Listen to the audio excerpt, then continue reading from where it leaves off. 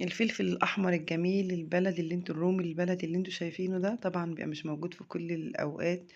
الأيام دي طبعا هو موجود، وكمان احنا بنحضر تجهيزات رمضان. فطبعا من الحاجات برضو اللي هنستفيد لو فرزناها وعملنا منه صلصة فلفل. انا بسميها صلصة مش دبس، لان انا مش بسبكه خالص، بشيله هو زي ما هو كده فريش، بفرمه واشيله. زي ما انتوا شايفين الكمية بتاعتنا غسلينها كويس قوي، وسايبينها تنشف على فوطة، او ممكن تسيبيها تتصفى في مصفى. وبنشيل الحتة اللي فوق دي كده زي ما انتوا شايفين، طبعا مش هنرميها. هناخد الحتة دي بنجمعهم مع بعض وهنفرمهم. هنشيل بقى قلب الفلفل اللي هي البذور دي، وهنغسلها كمان من جوه. وبنصفي الكمية بتاعتنا كلها زي ما انتوا شايفين، او بننشفها على فوطة عشان ما بيكونش فيها اي مية. وطبعا هنبتدي نفرمهم. زي ما قلت لحضراتكم ان انا بقول عليها صلصة مش دبس، لان انا مش بسبكها على النار خالص، ما بحطلهاش اي اضافات، ما بضيفلهوش غير ملح بس. تمام كده. طبعا احنا مش بنستغنى عنه، بنحتاجه لو بتنجان مخلل، اي مخللات، اي تتبيلات. في الصلصة كمان كده بيديها طعم جميل جدا، لما بيبقى كمان الفلفل فريش معانا مبيبقاش متسبك و... وبيديها لون جميل وبيخليها تتقل كده معانا.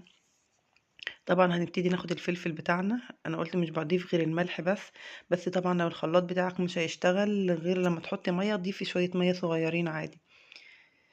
وهنفرمه عادي ومفيش اسهل من كده طبعا. نفرمه بس مش هنعمل فيه اي حاجه تانية. زي ما انتوا شايفين بنفرم بقى الكميه بتاعتنا دي كلها.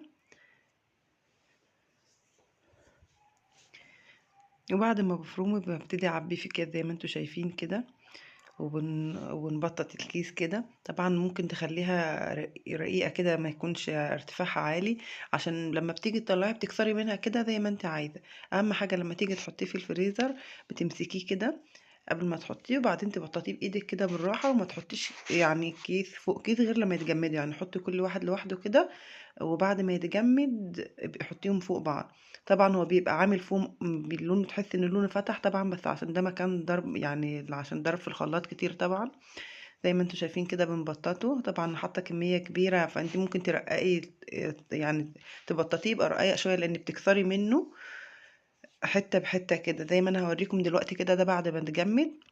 وادي صلصة الفلفل بتاعتنا بعد ما تجمدي زي ما انتوا شايفين. هتكسري الحتة اللي تناسبك القطع، او كمية التتبيلة، او اي حاجة انت هتستخدميه فيها، اللي ينفع طبعا لحاجات كتير جدا، ويقعد عندك سنة بحالها في التلاجة، مش هيحصل له اي حاجة ولا هيتغير طعمه. وطبعا هو مش بيبقى مجمد قوي، يعني لان لو حاطه فيه ملح مجرد ما هتكسريها كده وهتدوسي عليها بالمعلقة هتلاقيها دابت معاكي على طول. ويا رب يكون طريقتي عجبتكم.